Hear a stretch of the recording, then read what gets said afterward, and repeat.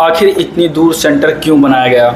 बच्चे परेशान हो रहे हैं। इलाहाबाद से कोई वहाँ जा रहा है, कोई यहाँ जा रहा है। सुल्तानपुर वालों को बरेली भेजा गया। बरेली में इतनी ज़्यादा सुविधा ख़राब थी कि मैं क्या बताऊँ। 300 किलोमीटर समथिंग अगर बच्चों को चल के स्टेशन पे सोना पड़े, शौचालय के लिए लाइन लगाना पड़े तो बेकार है। सरकार व्यवस्था ही नहीं कर पाई।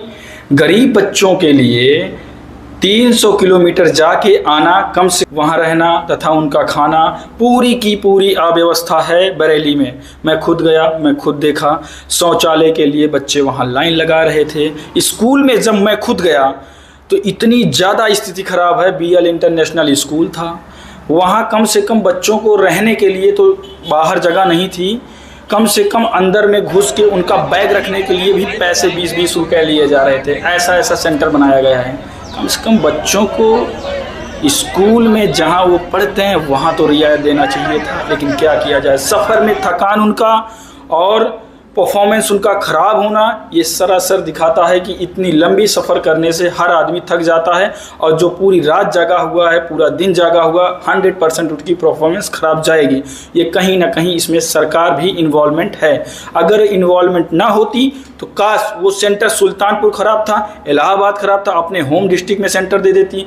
चलो ठीक है, नकल हो जाता। आप नकल के लिए डर रहे थे तो प्रशासन किस लिए बैठा है? आपके आला अधिकारी किस लिए बैठे हैं? वो जवाबदेही नहीं है। इतने ज़्यादा प्रशासन हमारे यहाँ सख्त है। कहते हैं आप प्रशासन सख्त है। अगर प्रशासन सख्त होता तो शायद आप अपने ही ज़िले में सेंटर देते, लोगों को ना दौड़ाते, उनके गार्जियनों को ना दौड़ाते और इतना परेशानी ना झेलनी पड़ती। शाहजहाँपुर में एक स्कूल का वीडियो में देखा, उसमें खुद प्रशासन लगी हुई है। बेचारे पुलिस प्रशासन और टीचर यहाँ तक डूबे हुए हैं, कंधे तक डूबे हुए हैं, लेकिन बच्चों को पेपर दिला रहे हैं।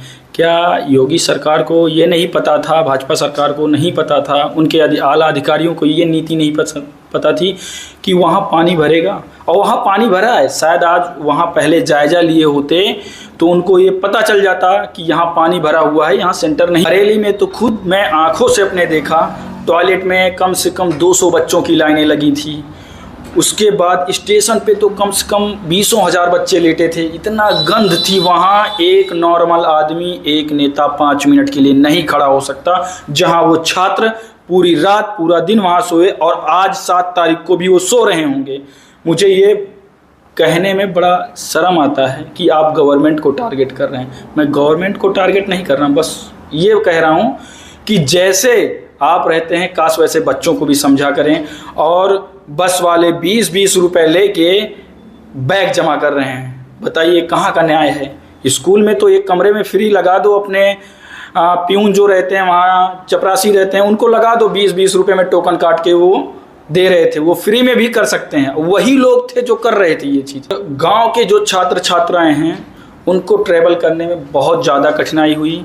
उनके माता पिता का कहना है कि इतनी दूर ट्रैवल जाना हमारे बच्चों को कहीं ना कहीं एक परफॉर्मेंस कमज़ोर करने की तरफ ले जाता है। सरकार की व्यवस्था और प्लानिंग कहीं ना कहीं यहाँ ढीली और बिगड़ती हुई संवेदनशील नज़र आई। अगर बच्चों के लिए सफ़र इतना ही आप सोचते थे तो काश अपने ज़िले में सेंटर दे देते, अपने ज़िले के सटे हुए नियर बाई ज़िले में सेंटर दे देते। ये कहीं ना कहीं गवर्नमेंट, उनके अधिकारियों की कमी है। मैं इतना सरकार कहती है युवा हमारे देश का भविष्य है, और सरकार जब आज उन्हीं युवा के भविष्य के साथ खेल रही है। बेचारे मासूम बच्चे रात रात दिन दिन करके पढ़ाई करते हैं, इलाहाबाद की लाइब्रेरियों में बैठते हैं, और उन्हीं को 300 किलोमीटर आप दौड़ाते हैं। एडमिट कार्ड जारी करते हैं तो केवल 4 दिन पहले, 5 दिन पहले जारी करते हैं।